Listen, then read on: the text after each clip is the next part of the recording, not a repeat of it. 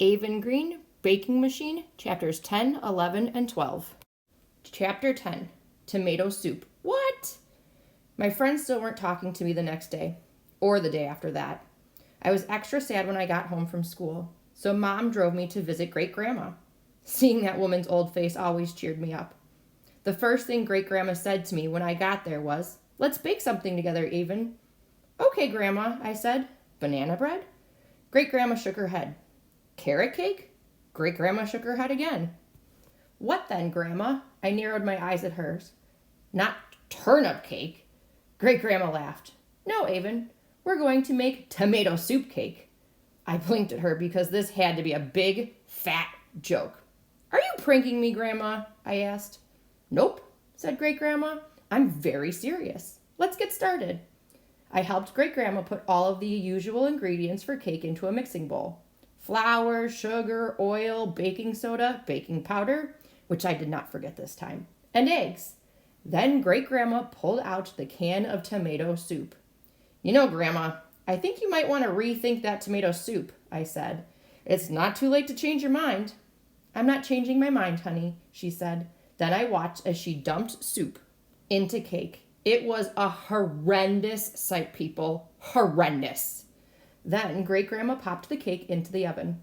"There," she said. "We'll have delicious tomato soup cake in no time." Great-Grandma and I sat down on the couch together. She put her arm around me. Smitty, her dog, jumped up on the couch with us and put his head in my lap. "You tell your grandma what's the matter," Great-Grandma said, patting Smitty's head. "Grandma," I said, "everyone is mad at me and they don't want me to do the baking contest with them." "Why are they mad at you?" asked Great-Grandma. I shrugged.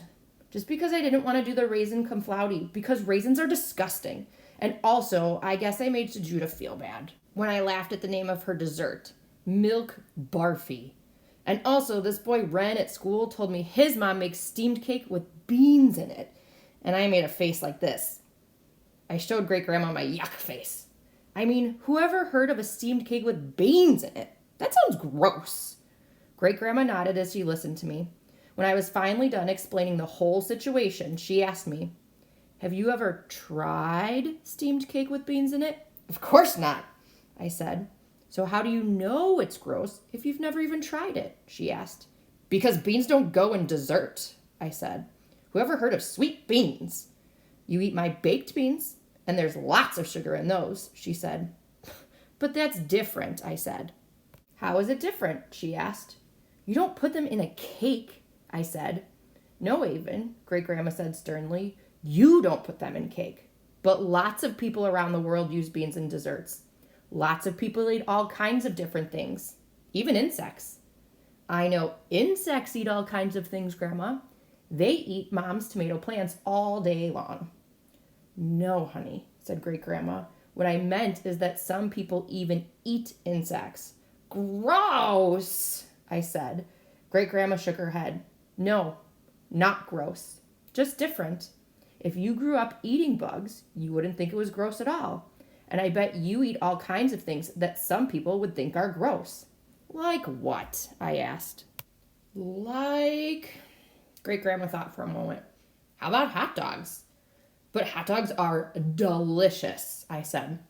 "Some people would think they're gross," she said. "They're made from something that looks like pink slime." "Ew," I said. "But they taste so good." "And you only know they taste so good because you've tried them, right?" I shrugged. "I guess so. We miss out on all kinds of interesting experiences when we're too scared to try new things," she said. "Are you saying I should try the steamed cake with beans?" I asked. "But Ren and I really aren't that good of friends. I don't even know if he'd want to give me cake." Great-Grandma sighed. "I'm saying we're all different and have something different to offer this world, even," she said, "even when it comes to cooking and baking. What are you saying when you refuse to try your friends' foods? Or when you make that face?" She copied my yuck face. "Are you saying you're too scared of something that's different?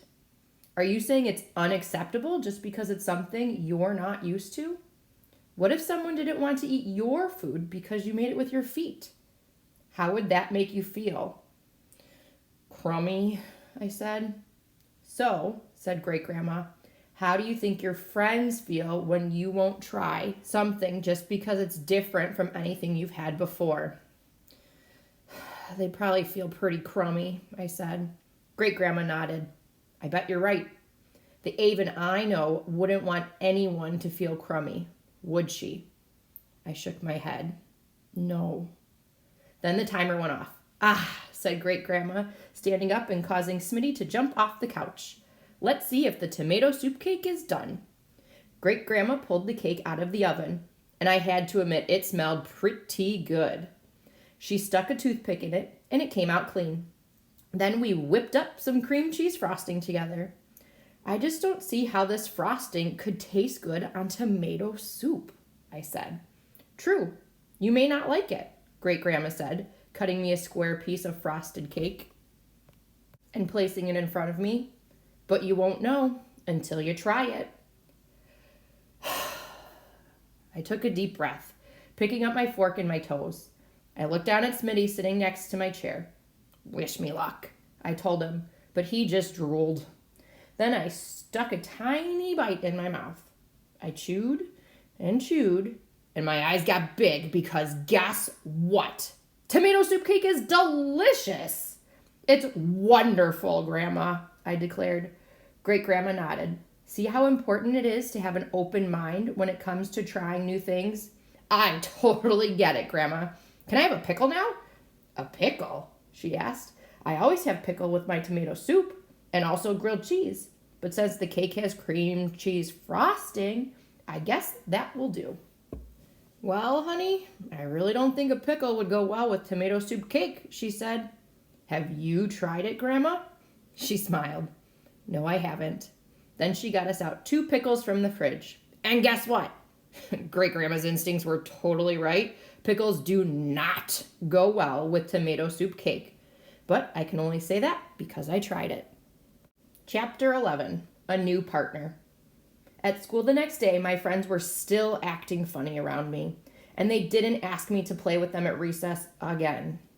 I would have to figure out a way to make up with them, but first things first. The fair was only a couple days away. I walked right up to Ren on the playground, and I asked him if he wanted to enter the baking contest with me. He shrugged. I told you, I don't even have an oven at home, Aven. That's okay, I declared, because I want to try making your mom's steamed cakes that you said are so good. Didn't you say you like making desserts and that you would enter the contest, but none of your friends would want to enter with you? I guess, said Red. Well, I'm your friend, right? I said, and I really hoped he said yes. He smiled. Yes, he said. Phew. And I want to enter the baking contest, I said. Why don't we enter together?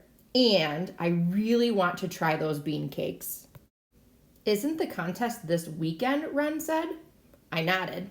That's why we need to get to work right away. And do you think steamed cake is okay for a baking contest? He asked. The rules don't say anything about the desserts having to be baked in an actual oven. I stared at him. So what do you think? Do you want to enter with me? Ren gave me a huge smile and said, yes! Chapter 12, Manju. Mom drove me to Ren's after school the next day. I really liked Ren's house. His mom made me take my shoes off at the door, which was great because not wearing shoes is always best for me. I mean, how would you feel if you had to wear shoes on your hands all the time? Not very convenient, I tell you. Ren's kitchen was also really cool. And guess what? It really didn't have an oven, but it had a lot of other neat stuff like fancy rice cookers and a grill right on the countertop and a steamer thingy we were going to use to steam our cakes, which Ren's mom told me were called manju. Ren and I washed our hands and feet in the kitchen sink, and his mom didn't even have a problem with me sitting on the counter or anything. Then she helped us get out all of the ingredients we needed to make the manju. Flour, baking powder, sugar, sesame oil, and something called koshian, which is a sweet bean paste. I gulped at the thought of putting bean paste in the cakes, but I didn't say anything because I hadn't actually tried it yet. We mixed up all the ingredients except the sesame oil and bean paste. Ren and I kneaded that dough with our hands and feet. I'm getting buns of steel, I cried, because kneading dough with my feet was really good exercise. Oh no, said Red's mom.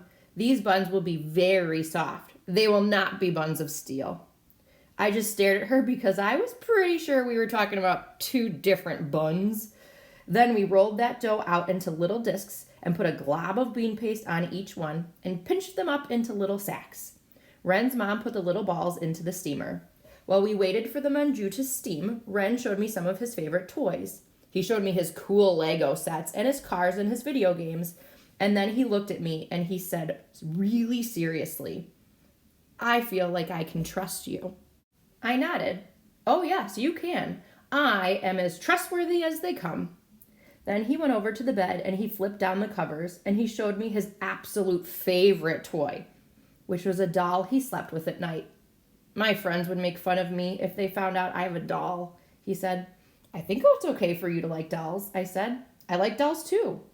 Ren seemed really happy about that, so we played with his doll until Ren's mom told us the manju were done steaming. We followed her back into the kitchen and she scooped them out and put them on plates for us at the kitchen table. I stared at mine. Go on, said Ren's mom. Try it, Aven. She looked down at me with such sweet, hopeful eyes. I was going to do this.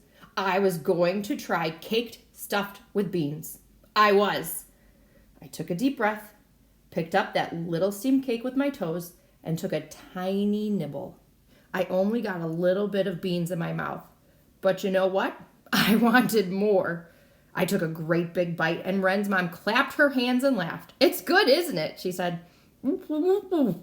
I said, but my mouth was stuffed so full of manju that I wasn't sure she understood me. But she could definitely tell I loved them. And that was it. From this moment in history until the end of time, I would forever be Aven Green, trier of new things, even the weirdest things anyone ever heard of. Like, I don't know, like boiled eyeballs, or fried rattlesnake, or chocolate-dipped asparagus.